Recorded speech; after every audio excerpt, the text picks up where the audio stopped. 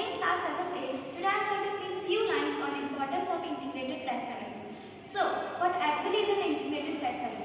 An integrated flat panel is a large format touchscreen display ideal for meeting rooms and collaborative spaces. It is a replacement for clunky and outdated projector technology with enhanced connectivity, high quality display and built-in software. Integrated flat panels have become popular and important nowadays as they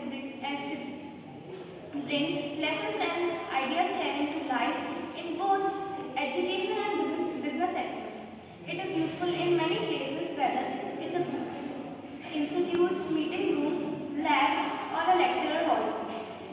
In short, integrated flat panels have become more popular, are gaining more and more acceptance by educational institutes and companies. Teachers are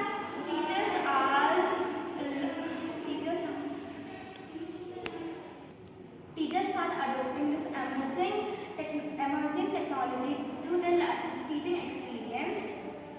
It has some tools and features which make learning more attractive by making it straightforward, enjoyable and easy to learn. Thank you.